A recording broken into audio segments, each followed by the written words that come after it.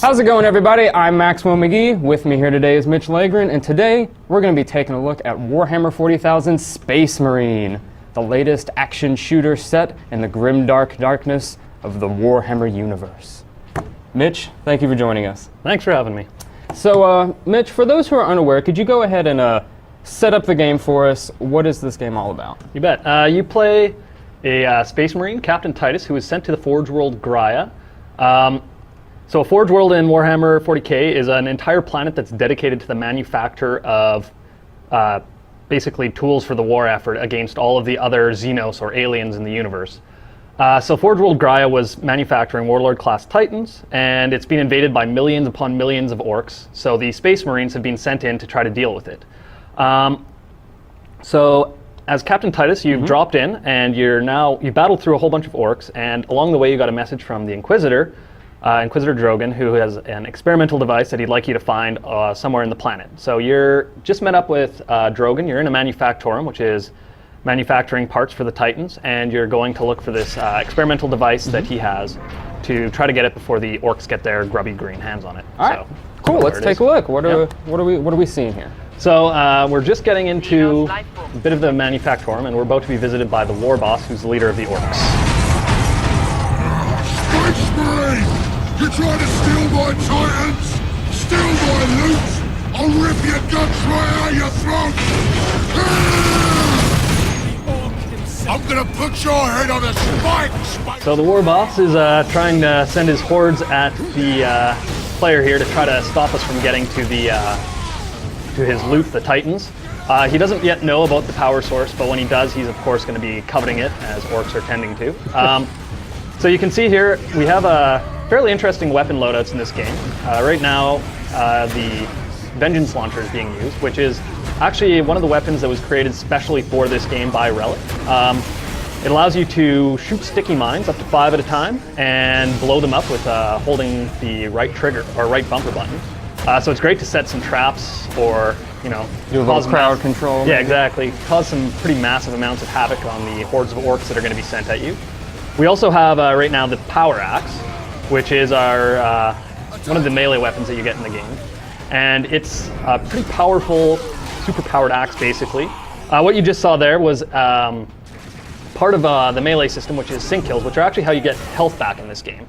So, yeah, I noticed you pretty much haven't been taking cover at all here. No, this game is all about going forward into the middle of battle. Like a Space Marine is wearing really bright and sort of very bulky. Yeah, very garish armor.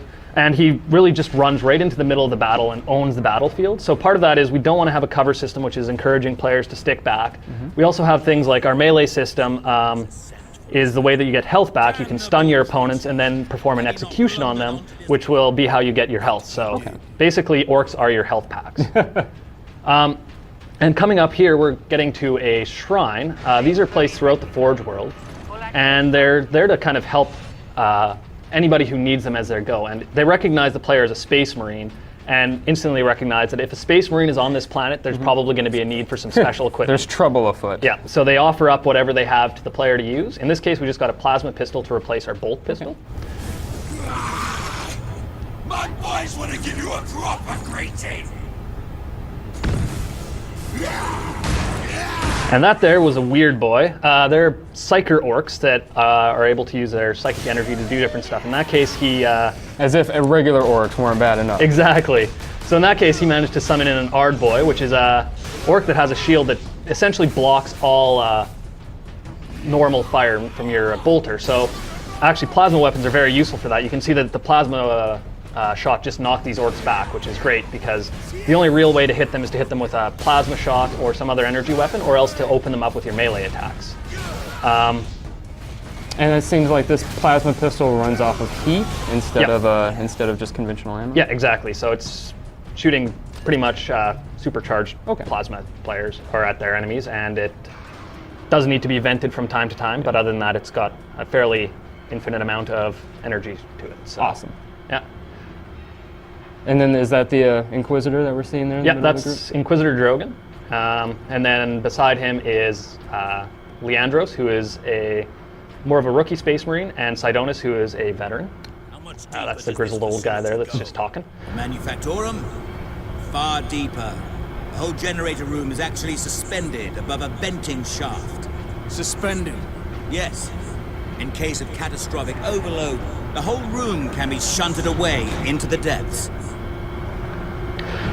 So some of the other stuff that you might have seen being used so far are things like Fury. So you'll see in the bottom left-hand corner of the screen from time to time a meter that fills up, and Oh, that gold meter down right there. So the Omega symbol, which is a symbol of the Space Marines. And when that fills up to the top, you can use Fury, which puts you into a mode where you basically have super-powered attacks, and you'll gain health back as you play. And that'll also allow you to enter into a marksman mode with your ranged shots, so when you hit the aim button, it'll start slowing things down so that you can take better aim, and also... So sort of like a bullet time-esque effect. Okay. Yeah.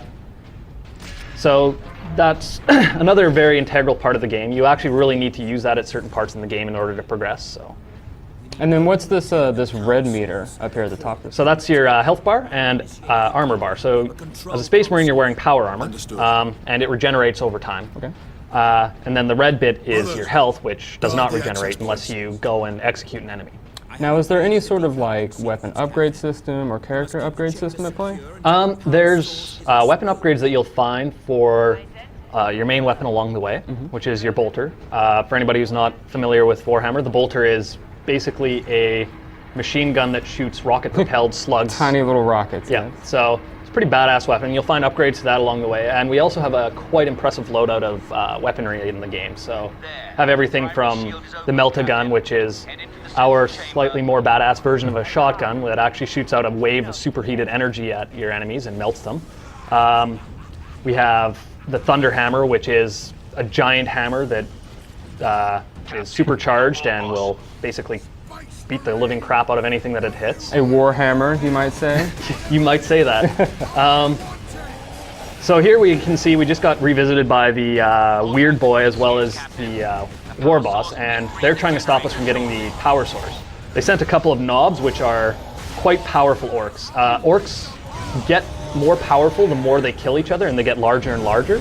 So the War Boss has killed probably millions and millions and millions of people to get to the size he is, and these knobs are also quite powerful. Although you can see they're not really much of a threat to our Space Marine here right now. They also require a little bit more of a struggle to kill. So if you try to do an execute move on them, you'll have to struggle, do a B button struggle to get past them. So they're quite tough enemies, and sending two of them at the player there was quite tough. Luckily, Daniel's quite adept at the game, so he managed to make easy work of them. Now, in addition to the orcs, will there be any other enemies of the Imperium of Man that we can expect to face, such as the Chaos or the Tyranids? You bet. We got the Chaos in the game. You'll find out more about what happens with them later on. Okay. I don't want to put in any spoilers, but we definitely do have some Chaos, and they're quite interesting foes. You meet them a bit later in the game, though. Okay.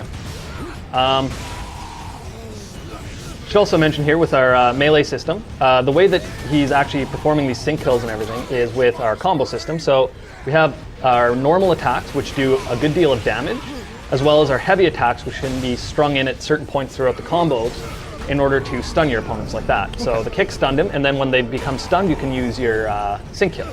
So the melee combat sort of opens them up for that sync kill. Yeah, exactly. Okay. And it really becomes sort of a rhythmic change in rhythmic battle by using your normal attacks to do a lot of damage, as well as your heavy attacks to push back guys and stun them, and your sync kills to regain health as you go. So the War Boss is again trying to prevent us from getting this thing. He's going to start sending hordes of guys at us here. You can also see that it's a really smooth transition between the ranged combat and the melee combat, with really not any difference. It's all just one thing. You just hit the aim button and you're aiming in ranged, and you can hit your melee buttons and you'll do a melee attack. There's no real big difference. This is the marksman mode. So in Fury, he's able to use the marksman mode, and he's also able to deal out massive and crazy amounts of damage to the orcs.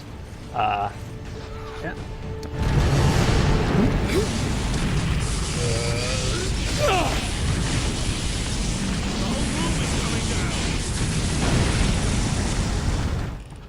And there you go. Great. An explosive finish. Exactly. Is there anything you want to add real quick about multiplayer in the game before we wrap up? Yeah, well, we have a great competitive multiplayer mode in as well. There's been some demos of it really recently, so you can find out more about it there. But it's a really fun, very competitive, fast-paced game.